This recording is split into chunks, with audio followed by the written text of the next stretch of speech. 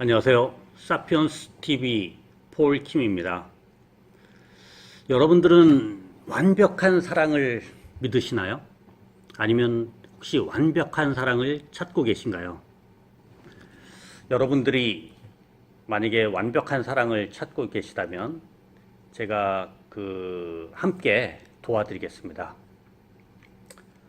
완벽한 사랑은 어쩌면 우리가 드라마나 또는 영화 이런 데서 자주 발견하고 보게 되는 것으로 알고 있는데요.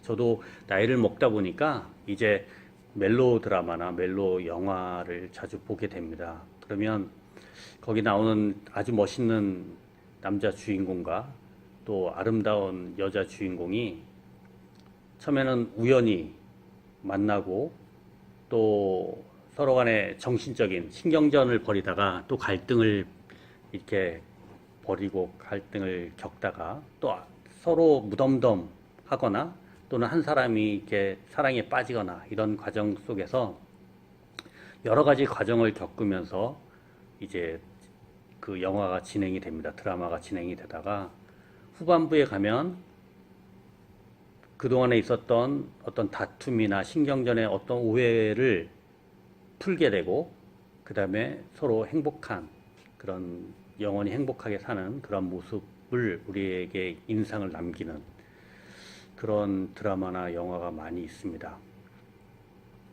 이런 것들을 보면서 우리도 그 영화에 나와 있는 마치 그 아름다운 영화 예를 들면 이제 누구라고 그럴까요? 오드리 헵번 뭐 이런 사람들이 드라마 영화의 여주인공일 때 또 남자 주인공의 그 멋있는 주인공이 있으면 남자 같은 경우 저 같은 경우는 마치 내가 그 남자 주인공이냐 그런 어떤 대리 만족을 느끼게 되고요. 또 아마 여성분들은 또 반대로 그렇게 대리 만족을 느끼실 겁니다. 그런 영화 속의 그런 사랑을 어쩌면 우리가 완벽한 사랑이라고 만약에 가정을 한다면 현실은 어떨까요? 현실은 우리가 그렇게 오드리 헵번처럼 아름다운 여인을 만날 수 있는 기회도 굉장히 적고 또 그 외모가 그렇게 아름답다 할지라도 또 그 영화에 나왔던 오드리 헵번의 그 내면의 모습 또 그런 풍기는 그런 이미지를 발견하기는 되게 어렵습니다. 사실은.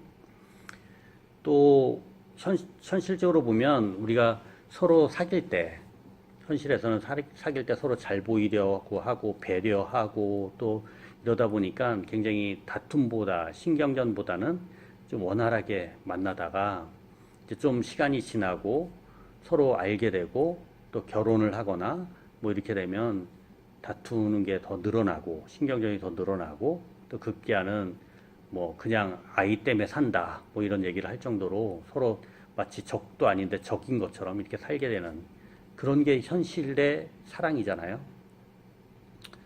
그래서 이제 그 영화 속에 그 어떤 사랑을 보면서 우리가 잘못된 그런 사랑관 또 부부관 또 그 연애관을 이제 갖게 되는 것 같아요. 그래서 여기 것을 보시는 그런 젊은 분들에겐 청년분들에겐 또 그렇고 또 이미 결혼을 해서 이제 사시고 계시는 분들도 우리가 같이 한번 생각을 해보자는 것이죠. 그래서 왜 우리는 같이 살면서 이렇게 신경전을 벌이고 서로 시리에 빠지게 되고 서로의 마음에 상처를 주고 급기야는 또 이혼을 한다든지 이렇게 결별하게 될 수밖에 없는 것인가 이런 것을 한번 생각해 보게 됩니다. 우선 어떻게 보면 상대방에 대한 기대치, 그렇죠?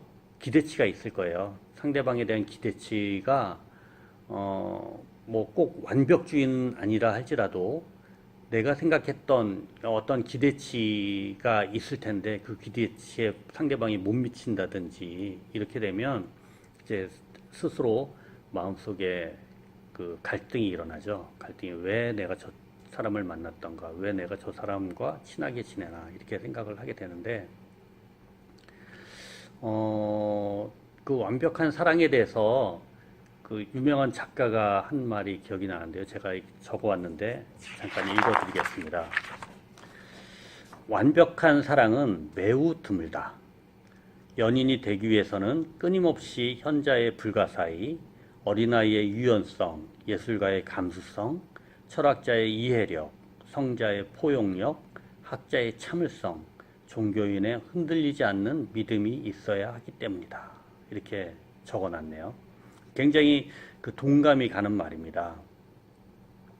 무슨 말이냐면 내가 그렇게 이뻐하고 좋아하던 그 내 아내가 같이 살다 보면 어떻게 돼요? 이제 뭐 잠옷 입고 있는 모습, 또 씻지 않고 있는 모습, 또 그 뭐 방귀 뀌는 모습 이런 걸 보게 되면 어떻게 됩니까? 그냥 그 그것이 굉장히 자연스러운 것임에도 불구하고 아, 왜 저러지? 라는 생각을 하게 되잖아요. 그죠? 그러려면 이제 우리가 그 어떤 철학자의 이해력이라든지 아니면 성자의 포용력 이런 것들이 있지 않은 이상, 내가 있지 않는 이상은 완벽한 사랑은 존재하지 않는다.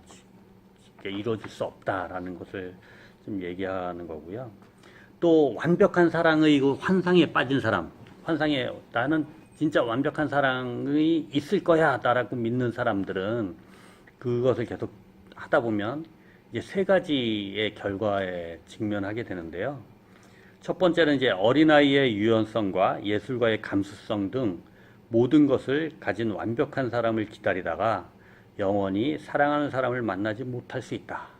이렇게 되고, 또 둘째는 성자나 철학자의 자질을 갖추지 못한 사람과 만나는 것을 부끄럽게 생각하고 계속해서 의식적으로나 무의식적으로 완벽한 사람을 찾을 수 있다.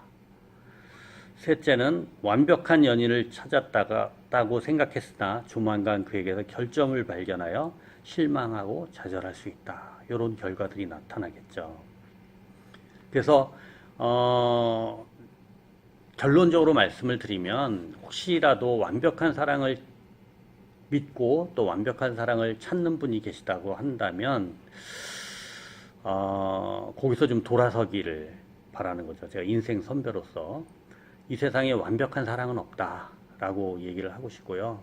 완벽한 사랑이라고 하면 우리가 성경에서 예수님의 사랑을 얘기를 할 수 있는데 이 세상 모든 사람들의 죄를 내가 대신 지고 십자가에 못 박혀서 내가 대신 죽겠다. 이런 사랑이 결국 완벽한 사랑을 보여주는 그런 사랑이 아닐까 이런 생각을 해보게 됩니다.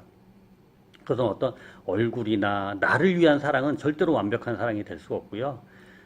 사람들을 위한 사랑을 베풀 때 그것은 어쩌면 완벽한 사랑을 이룰 수 있다라고 생각을 하게 되는데 우리 이성 간의 사랑은 내가 완벽하지 못하기 때문에 적어도 상대방이 나한테 완벽한 만족을 줄 수는 없다는 것을 인정하는 것이 굉장히 중요합니다. 인정을 하시고 그 다음에 그렇기 때문에 내가 만난 아내나 애인이나 아내는 나의 어떤 그 완벽하게 나의 원하는 그 완벽을 맞춰줄 수 없는 사람이다라는 것을 인정을 하는 순간 그 사람의 그 있는 그대로를 인정을 하면서 받아들이면서 또 내가 원하는 것을 얘기하면서 서로 조절을 해 나가는 것이죠. 그래서 서로가 이제 때로는 적처럼, 때로는 친구처럼, 때로는 또 선생님처럼, 때로는 학생처럼 서로 오고 가고 하면서 서로 맞춰가는. 그래서 이제 같이 함께 살면 10년, 20년 같이 살면 서로 닮아가는 그러한 모습이 우리의 가장 아름다운 현실적인 사랑이 아닌가 이렇게 생각을 해보게 됩니다. 그래서 혹시라도 지금 여자친구를 이렇게 원하거나 또는 아내를 원하거나 또는 기존에 아내가 있거나 이러신 분들은 내가 완벽하지 않기 때문에 완벽한 사랑이 없다라는 것을 인정을 하시고 나는 최적주의이기 때문에 그래서 내가 뭐 어떤 완벽한 것을 할 수 없듯이 아내도 나에게 완벽히 맞춰줄 수 없기 때문에 내가 아내의 모습에 내 시선을 맞추고 그 다음에 나의 모습에 아내의 시선이 맞춰질 수 있도록 서로 이렇게 조정해 나가는 그러한 삶을 살면 행복한 삶을 살 수 있지 않을까 이렇게 생각해 봅니다. 감사합니다.